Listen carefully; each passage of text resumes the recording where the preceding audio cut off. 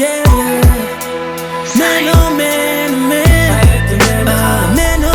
Now going into M.O.M, I mean, people might think you're just talking about what everyone knows growing up and becoming adults. What is it that's in that song? Because I mean, for me, I'll tell you one thing. I personally, those are one of the weirdest beats I've ever sent you. Actually, yeah, bro. Weirdest beats. So I'm like trying to grasp how were you able to, channel that concept into that beat. I actually remember when I told you about it. Like, I remember in the studio, I'm like, yo, I need a beat that goes so and so. I beatboxed it a bit, and I don't know how you got it, but the first beat you played was this one after I asked for you to actually like go Wileo route, and I was like, yo, dude. And in fact, it feels as if like the instrumentals get crazier the more we work, because these are even crazier than the one from the previous project. Like, these ones are insane, bro. These are nuts. But yeah, dude, M.O.M, it was a powerful beat, and I wanted something eganjalo. Why? Because what was the message? Yeah, what were you trying to get across?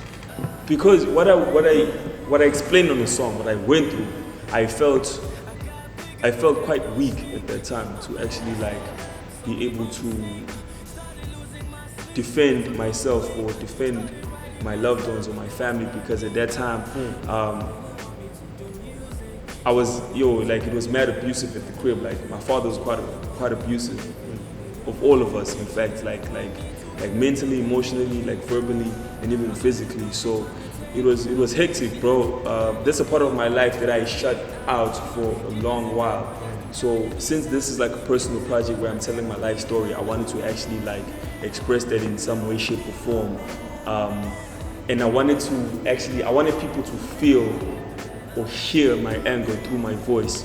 So I had to choose a beat that's gonna be like hard, and then that's gonna push me to actually like really get out that emotion and really express it, not in a passive way, but to actually be direct and be as angry and sound as angry as I actually was.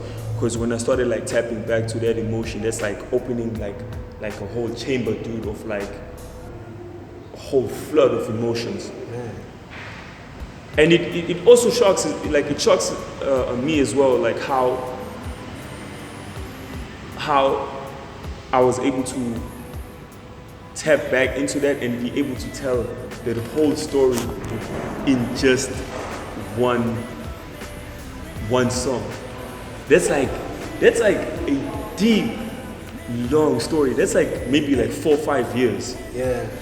4 or 5 years into like those type of emotions, and then having to look at another 5 years, because that was like 11 years ago. That was like 2010 when this happened. So tapping into like 10 years ago, 11 years ago. You went through a time chamber. I went through a time chamber to explain two parts. Like, the first part being us escaping from Etlajeni to look for my mom looking for a new spot for us to like stay. Like, Sastala we flat, bro, when it's like a 1-room flat, a family of like 5. One flat. No, like, zero privacy there. Like, the only time you like get privacy is like the bathroom. The kitchen was like hella tiny, but because my mom had to find a place like fast, she had to like find a flat, and we jammed into that flat for like a good like 3.5 years to 4 years. Yeah, so after that we moved to a house actually like in Newland, and that's when, I was able to like reflect on a lot of things. So I had to figure out myself how to be out, especially at that time, because I was a teenager. That's when I needed a male guidance the most, but the guy who was supposed to give me that direction was not there. So I had to figure it out myself, and I had to grow up like really fast. And I had to try and avoid trouble. Like, I used to fight a lot, dog, like in school, especially like back in primary. But when I got to high school, I was thinking, like, if I get on another fight, and there was a lot of occasions where I could get on a fight, right? And I was like thinking, shit, I don't want my mom to be like, oh, like this can't in be school, it. you know, Yeah. like I was angry enough to do that, but I was thinking to myself, like, my mom's already got like disappointed by one dude, like a man who's like a big role in her life already did that. Like, I can't do the same thing.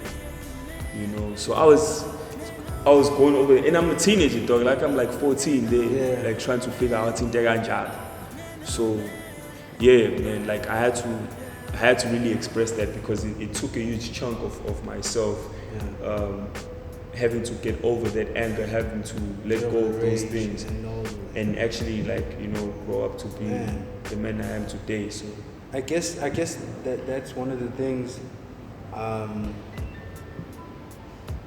The world out there doesn't get about musicians. it doesn't. Yeah. Until you the hardest. Yes. And then for that time period, and then when you also not releasing one bad song, and then no one seems to care. But I think that's one of the things. I mean, yeah, the industry is the way it is. I get that. But at the end of the day, as a musician, you're trying to channel all these emotions into a song. A song. Yeah, like, that's crazy. That's crazy. In a world like this, dog, man, where like, people don't appreciate like music, where you really sit down and pen down. Yeah. Where someone will not even get a simple bar as "I got bigger but had no shrink." Like, I didn't get to get to therapy. I didn't get to see like a psychologist for me to actually help me through what I went through when I was a kid. So I had to use music. It's crazy. I had to use music to. Crazy. Other people have diaries. I had music. That is crazy. So when someone tells me, like, you need to work with like trendy sounds, or you need to get to the, now for me it doesn't make sense, dog, because that's how I fell in love with hip hop in the first place. Yeah. That's how I fell in hip hop in the first place, because I was able to write what I felt without thinking or being scared that the radio might not play me. Yeah. Having to express those emotions so that I could heal and I could help someone out there who's going through something similar or the same thing to actually heal and understand that they're not alone, and it's actually possible to get out of that rut. Yeah. That is crazy.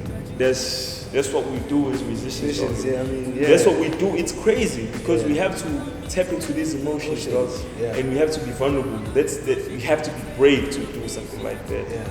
Because you put it out there and people just choose to judge it, whichever way they choose to judge it, without actually thinking, this is the highest life story. That's why I call myself Vari, dog. I have to be true to myself. I have to tell my story. It has to be real. It has to be There's real. no other way. You understand? I'm not going to tell you about a whip I don't drive. I'm not going to tell you about some girls or bitches I ain't been with. What you mean, bro? I'm going to tell you my real life story. If I'm still trying to get that paper, still trying to get that bag, I'll tell you that. If I'm not there yet, I'll tell you that. If I'm still like depressed and down, I will tell you that. So that by the time I rise up, you actually know, listen, this is where it started. You decide yourself and build your own narrative in your head. How do you want to put it? Do you choose to just like judge, or choose to be inspired and actually like tell your story, or move, or be inspired to move forward with your life? So that's what it is, dog. That's M.O.M. And the wordplay, it's like M.O.M. That's like when you read it, it's mom. But I listen to this. Man, people gotta catch these bars though. Like, I mean, come on, bruh.